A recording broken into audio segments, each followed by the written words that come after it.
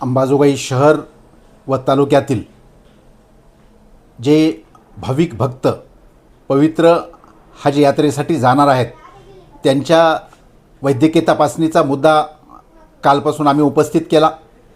त्यानंतर अंबाजोगाई शहराचे नगराध्यक्ष नंदकिशोर मुंदडा तसेच केज विधानसभा मतदारसंघाच्या आमदार नमिताताई मुंदडा यांनी या प्रकरणी तातडीने दखल घेत राज्याचे आरोग्यमंत्री प्रकाश आबिटकर तसेच उच्च शिक्षण मंत्री हसन मुश्रीफ साहेब या दोन्ही आरोग्यमंत्र्यांना आमदारांच्या वतीनं लेखी पत्र देऊन विनंती करण्यात आली।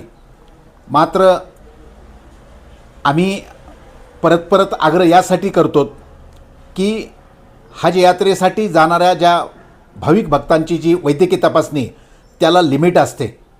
एकदा तो कालावधी पुढे गेला की ॲटोमॅटिक पुढचे जे त्यांचा कालावधी आहे थांबण्याचा तो कालावधी पुढे जातो।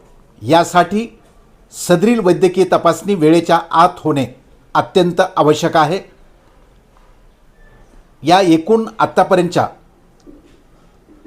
नगराध्यक्ष नंदकिशोर मुंदडा असतील किंवा आमदार नमिताताई मुंदडा असतील अशक्य गोष्टीला ते शक्य करतात, फक्त त्यांनी प्रतिष्ठा केली पाहिजे। याच्यामध्ये लेखी त्यांनी तातडीने पत्र दिलं, दखल घेतली, याबद्दल त्यांचं आभारच। मुळात आमचा कालपासून प्रश्न आहे, समाजामध्ये अनेक समाज आहेत, मात्र मुस्लिम समाजामध्ये संख्या जरी जास्त असली तरी समाजाचे प्रश्न राजकीय नेते, आमदार, खासदार, प्रशासनाकडे मांडणारे नेते या समाजात म्हणावे तेवढे नाहीत, आहेत ते आपल्या नेत्याकडे सुद्धा हा प्रश्न मांडत नाहीत।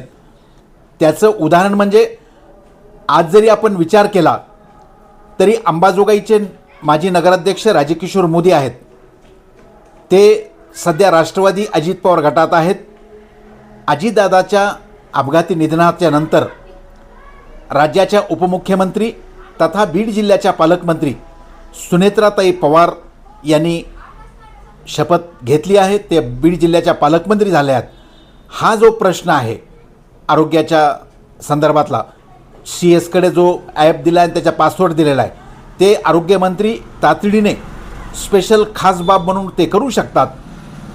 अंबेजोगाईला माजी आमदार पृथ्वीराज साठे असो, माजी नगराध्यक्ष राजकिशोर मोदी, माजी आमदार संजय दौंड, राष्ट्रवादीचे जिल्हाध्यक्ष राजेश्वरआबा चव्हाण, गोविंदराव देशमुख, राजाभाऊ अवताडे, अनेक जण आहेत, डॉक्टर नरेंद्र काळे।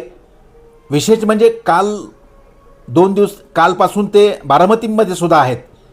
त्यांनी जर बीड जिल्ह्याच्या पालकमंत्री सुनेत्राताई पवार यांच्याशी चर्चा करून त्यांनी जर आरोग्यमंत्री प्रकाश आबिटकर यांच्याकडे जर फोन केला तर अंबेजोगाई व तालुक्यात, शहर व तालुक्यातील किंवा इतर अंबेजोगाईला जो शासकीय रुग्णालयामध्ये हजला जाणाऱ्या भाविक भक्तांची जी वैद्यकीय तपासणी यापूर्वी होत होती ती पुन्हा सुरू होऊ शकते।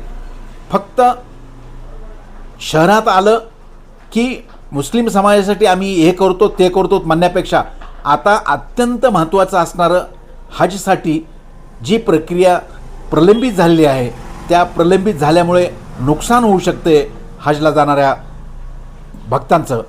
त्यामुळे राष्ट्रवादीचे नेते असतील, मग विद्यमान आमदार असतील, या सर्वांनी पक्षाभिनिवेश बाजूला ठेवून एका प्रश्नासाठी जर जिल्ह्याच्या पालकमंत्री, राज्याच्या उपमुख्यमंत्री सुनेत्राताई पवार यांच्याकडे हा प्रश्न मांडून आरोग्यमंत्री आबिटकर यांच्याकडे जर हा मुद्दा उपस्थित केला आणि त्यांनी जर जिल्हा शल्यचिकित्सक CS यांच्याकडे जे पासवर्ड आणि ॲप्लिकेशन आहे ते अंबेजोगाईच्या अधिष्ठाता यांच्याकडे हस्तांतरण होऊ शकते आणि ते झालं तर तातडीने वैद्यकीय तपासणी हज यात्रेकरूसाठी जाणाऱ्या भाविक भक्तांची तातडीने होऊ शकते।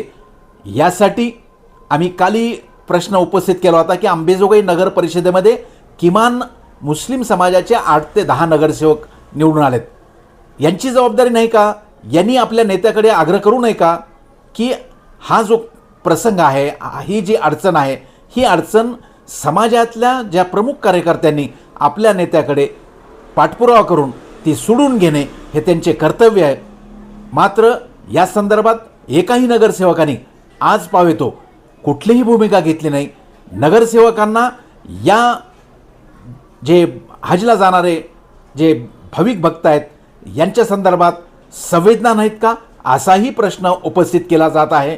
बघूया ही जे राष्ट्रवादी तसेच भाजपाची जे आमदार राजकीय नेते मंडळी आहेत नेमकं काय होतं आहे आपण पुढील भागात पाहू.